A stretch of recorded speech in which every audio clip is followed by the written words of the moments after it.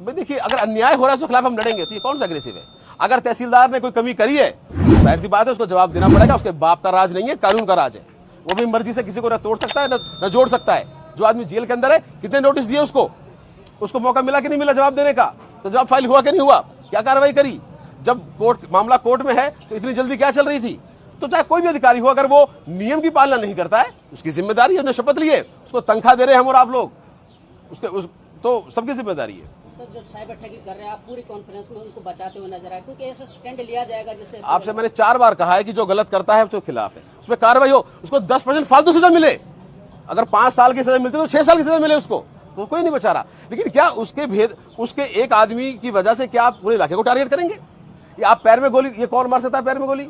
शाम को गिरफ्तारी की गई, अगले दिन आप दिखा रहे कि हमने पैर में गोली मारी। अब कल शाम को 3 लोग सिकरी से पकड़े हैं, उनकी गिरफ्तारी तो नहीं डली है, कोई मुकदमा नहीं है। अब उनको आज मुकदमा दिखाया जाएगा। ये कौन सा नियम है? ये कौन सा कानून है? आपने वर्दी पहन ली तो क्या आपके बाप का राज हो गया? आप जो मर्जी दिखाओगे? कानून किस लिए है? संविधान किस लिए है? उस पर आप कार्रवाई करिए।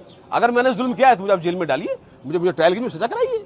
भ्रष्टाचार के जो अड्डे बिठा दिए गए, ये जो भ्रष्टाचार के दलाल बिठा दिए गए गांव गांव से ला के, हमें क्यों इनका सामना करना पड़े? अगर इन पर सुनवाई नहीं होती है, अगर प्रशासन संज्ञान नहीं लेता है, हम लोग सड़कों पे आएंगे और अपना प्रदर्शन करेंगे, अपनी आवाज उठाएंगे। प्रशासन से भी हम संपर्क में हैं, कुछ अधिकारियों से। पहले अपने इलाके के जिम्मेदार लोगों से संघर्ष करेंगे, क्योंकि यही लोग सूत्रधार हैं, और इन सब से मिलकर चर्चा करेंगे। जो रणनीति निकलेगी उसके बारे में सबको अवगत करा दिया जाएगा। ट्रॉमा सेंटर हमारे नगर के अंदर हम लोग लेकर आए, जिसके लिए जगह अलॉट हुई, काम चालू हुआ, पिलर खड़े। वो ट्रॉमा सेंटर का काम 7 महीने से रोक दिया गया है। हमने अपने क्षेत्र की चिकित्सा सुविधाओं को मजबूत करने के लिए पीएससी खुलवाई, और अब पता चला कि सरकार के कुछ लोग उन पीएससीओं को उन जगह बंद करके कहीं और खुलवाना चाहते हैं। तो आम जनता को चिकित्सा सुविधा कैसे मिलेगी? ये पहली बार हो रहा है कि अस्पताल बंद करने की बात चल रही है। इसके अलावा हम अगर प्रशासनिक सिस्टम की बात करें तो सीकरी में तहसील बन रही थी, तहसील के लिए जमीन अलॉट हुई, भवन निर्माण कार्य चालू हुआ, वो 7 महीने से बंद है। हमने कोर्ट मंजूर कराया, उसके लिए बजट का पैसा आया पड़ा है, उसको काम को रोक दिया गया, और अब तक जज की पोस्टिंग हो गई। पर बड़ा दुर्भाग्य की बात है, उस जज को हमारे सीकरी में एक कुर्सी नहीं मिल रही कि बैठ जाके सुनवाई कर ले। नोटिस आते हैं पूरे राजस्थान से किसी मामले में, वो बेचारे पहले सीकरी ढूंढते हुए आते हैं, बाद में जज को ढूंढा जाता है। पानी की बात करें तो चंबल का पानी जो पहले गांव में मिल रहा था, उसको भेदभाव तरीके से मुस्लिम से गांव में पानी काट दिया गया है, और पता नहीं कहां जा रहा है, ना शहर में मिल पा रहा है ना और गांवों में मिल पा रहा है। बिजली की बात करें तो पूरा इलाका त्राहिमाम मांग रहा था। हमने 132 केवी का बिजली का स्वीकृत कराया, जो चालू हो गया। उसके अलावा और छोटे बिजली घर स्वीकृत कराए, जिसमें पता चला कि ठेकड़ी का बिजली घर रुकवा दिया गया है, उसको चाहते यहां ना बने। इसके अलावा ट्रांसफॉर्मर्स को उतारा जा रहा है जिनमें बिल बकाया है, लेकिन जाति और धर्म देख के उतारा जा रहा है। सरकारी अधिकारियों को निर्देश दिए जा रहे हैं, सरकारी अधिकारियों ने कंप्लेंट करी है कि हम ये काम नहीं कर सकते, उनका ट्रांसफर करा दिया गया। ये कैसा राज्य है मुख्यमंत्री महोदय? क्या नगर आपके भरतपुर का हिस्सा नहीं है? क्या नगर राजस्थान का हिस्सा नहीं है? या ये जाति विशेष के लोग आपसे ताल्लुक नहीं रखते? क्या जो वोट दी गई है, क्या जो वोट दिए जो वोट नहीं दे पाते चाहे बीजेपी को, क्या उनके साथ आप इस तरह का भेदभाव करेंगे? क्या उन्हें बिजली, पानी, चिकित्सा, ये जो प्रशासन की सुविधाएं, क्या इनका हक नहीं है उनके ऊपर? बहुत दुर्भाग्यपूर्ण बात है। इसके अलावा भ्रष्टाचार चरम सीमा पे है। थाने और तहसील के अंदर दलाल बिठा दिए गए हैं। अक्सर लोग मेरे पास शिकायत करने आते हैं, मैं नाम बताता हूं आपको जो लोग दलाली कर रहे हैं। यहां पे तहसील के अंदर एक रविंद्र कसाना नाम का आदमी है, सुबह 9 बजे आता है, शाम को 6 बजे जाता है। इसका कौन सा काम है? कौन से पद पे काम करता है? इसका काम है तहसीलदार के लिए दलाली करना। हक त्याग हो, चाहे कोई नामांतरण हो, उस पर दलाली ली जा रही है। हमारे सीकरी के व्यापारी से 90,000 रुपए मांगे गए। एक पीला का बात से बेटी का हत्या कराने के लिए 30,000 रुपए मांगे गए, और लोग दलाली कर रहे हैं। इसके अलावा चाहे बिजली घर हो, थाने हो, ओम प्रकाश गुर्जर है, एक रघुवीर मास्टर जी हैं, एक शिब्बो है इमलाड़ी वाले, एक अस्पताल के अंदर कोई ओम जी हैं, और एक गजेंद्र सोलंकी हैं, जो एमएलसी के नाम पर, पुलिस कानून के नाम पर और झूठे मुकदमे बनाने के नाम पर वसूली कर रहे हैं, थाने और तहसील की वसूली कर रहे हैं। प्रशासन, पुलिस प्रशासन भेदभावपूर्ण तरीके से काम कर रहा है। तो ये सारे जो चीजें हैं, इस क्षेत्र की महत्वपूर्ण समस्याएं हैं। इसके अलावा हमारे क्षेत्र में सिंथेटिक दूध, सफेद जहर, 2 ट्रक सफेद पाउडर रोज उतरते हैं सीकरी के अंदर और 5 ट्रक केमिकल, जिनको बन के पूरे इलाके के अंदर दूध का जहर का व्यापार किया जा रहा है। और अगर छोटे अधिकारी उन पर कार्रवाई करते हैं तो वो लोग मंत्री महोदय के साथ अपनी फोटो दिखा के उनको दबा दिया जाता है। ये कौन सरकार के लोग हैं जो इन्हें संरक्षण दे रहे हैं? तो आज इस प्रेस वार्ता के माध्यम से मैं गुजारिश करता हूं मुख्यमंत्री महोदय से कि जवाब दें, क्या हमें इन अस्पतालों को हक इस जनता का नहीं है? क्या इस प्रशासन पे इस जनता का इस तरह से प्रताड़ना की जाएगी? और अगर हम पुलिस प्रशासन की बात करें तो पुलिस प्रशासन के अंदर भी जो है धर्म और जाति देख के कार्रवाई हो रही है। जो लोग गलत करता है हम उसके खिलाफ हैं, वे सख्त कार्रवाई होनी चाहिए, उसकी कड़ी निंदा करते हैं, पूरा समाज कड़ी निंदा करता है। लेकिन आप रात को घर के अंदर घुसकर सादा वर्दी के अंदर लूट कर रहे हैं, बहन बेटियों के जेवर मिल रहे हैं, पैसे मिल रहे हैं, उन्हें लूट रहे हैं और उनको रात को गिरफ्तार करके आदमियों को अगले दिन 2 दिन बाद 3 दिन बाद उन्हें जंगल में दिखाया जा रहा है। पुलिस मुकदमा दायर कर रही है, उनके खिलाफ पुरानी कोई कंप्लेंट नहीं है। अगर है तो ठीक है, उसके बावजूद अगर अभी वो अंडर ट्रायल है, आपने मुकदमा किया है, उनका ट्रायल होने दीजिए, कोर्ट साबित करेगा कि कौन दोषी है और कौन दोषी नहीं है। आप उनके घरों में बुलडोजर चला रहे हैं।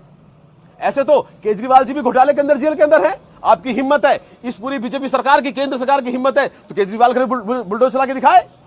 तो ये भेदभावपूर्ण रवैया जो है बहुत निंदायक है। कानून से देश चलता है, बाबा साहब के संविधान से देश चलता है, लेकिन संविधान का पालन सबको करना पड़ेगा। सर नोटिस दिया गया, कहा गया उसकी पत्रावली निकलवाई जा रही है। जो आदमी का नाम बताया जा रहा है वो जेल के अंदर है, उन्हें कितने नोटिस प्राप्त हुए, उस तहसीलदार की जो कार्रवाई जो हुई है उसकी पत्रावली निकलवाई जा रही है। और निश्चित रूप से उन्होंने नियमों का पालन नहीं किया है और उन्हें कोर्ट में जाना पड़ेगा, जवाबदेही देनी पड़ेगी। बाबा साहब का कानून सबके लिए बराबर है, चाहे वो तहसीलदार हो, चाहे वो लंबरदार हो और चाहे वो कोई चोर उचक्का हो। इसमें अपराधी की कोई 1% भी अपराधी के साथ कोई नहीं खड़ा। लेकिन आप उसको ट्रायल का मौका तो देंगे, आप उसको भी मौका देंगे, फिर कोर्ट किस लिए बने हैं? आप जो है पैरों में गोली मार रहे हैं, आप उनको थाने से ले जाकर बाहर सड़क पर ले जाकर उसके पैर तोड़ रहे हैं। ये कौन सा न्याय है? लेकिन और इस तरह के जो क्राइम है में सभी जाति के लोग इन्वॉल्व हैं, लेकिन क्या सिर्फ एक ही समुदाय को टारगेट करके उन्हें किस बात की सजा दी जा रही है? कल जो कार्रवाई हुई वहां पुलिस वाले थे और जब लोग उनसे मना कर रहे थे उन्होंने कहा और दीजिए कांग्रेस को वोट, बुलाइए अपने कांग्रेस के नेताओं को, आपके साथ ऐसा ही होगा। ये किस प्रकार का अत्याचार है? तो आपके माध्यम से ये सारे जो क्षेत्र के मुद्दे हैं ये हम आपके सामने रखना चाहते हैं। इसके अलावा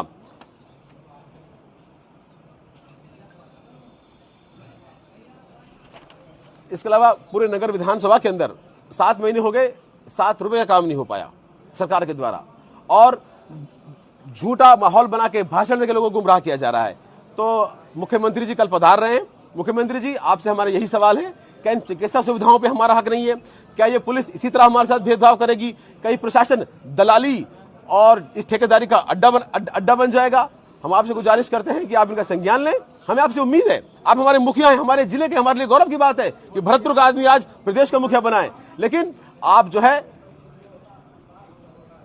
जो ये लोकतंत्र है, जो ये प्रजातंत्र है, जो राम राज्य की आप बात करते हैं, उसकी स्थापना तो कीजिए। ये भेदभावपूर्ण जो कार्रवाई और जो एक मैसेज दिया जा रहा है वोट ना देने का, इसके लिए आप संज्ञान लें। हम आपसे पूर्ण रूप से उम्मीद है कि आप जो है ये इन बातों को संज्ञान लेंगे। इसी संदर्भ में आज इलाके के जिम्मेदार लोगों की एक मीटिंग भी बुलाई गई है, उनसे हम राय मशवरा करेंगे कि आने वाले वक्त में ये जो भ्रष्टाचार, ये जो अत्याचार और ये और जो गलत काम क्षेत्र में हो रहे हैं, इनके खिलाफ एकजुट होकर मिलकर ये लड़ाई लड़ेंगे और जो भी सरकारी कर्मचारी हैं या अधिकारी हैं उनकी जवाबदेही तय होगी।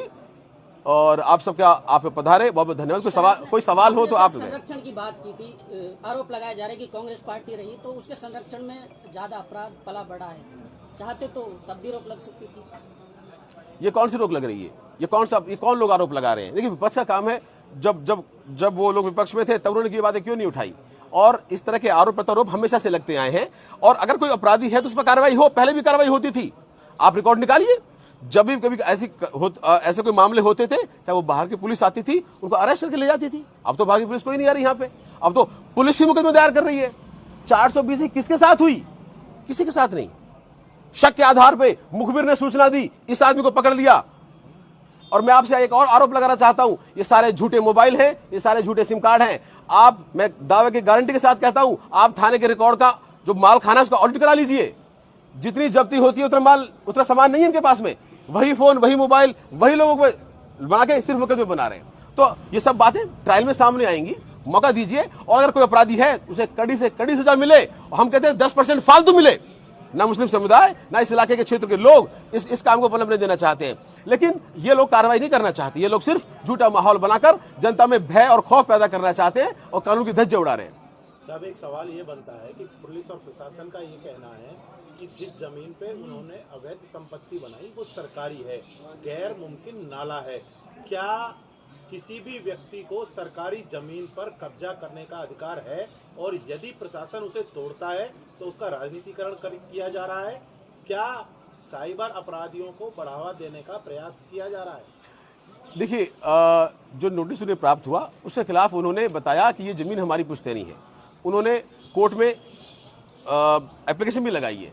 वो कोर्ट का मामला है, उसकी पत्रावली निकलवाई जाएगी, उस पर कार्रवाई होगी। लेकिन अगर आप जो है ऐसी बात करेंगे तो पूरे विधानसभा में एक भी गांव ऐसा नहीं है जहां पर सरकारी जमीन या ग्रामीण आबादी के क्षेत्रों में मकान नहीं बने हुए। हमारी सीकरी के अंदर आप जाइए, बीन बाजार में जाइए, चाहे चौराहे पे जाइए, मेन रोड पे चले जाइए, हजारों मकान ऐसे हैं।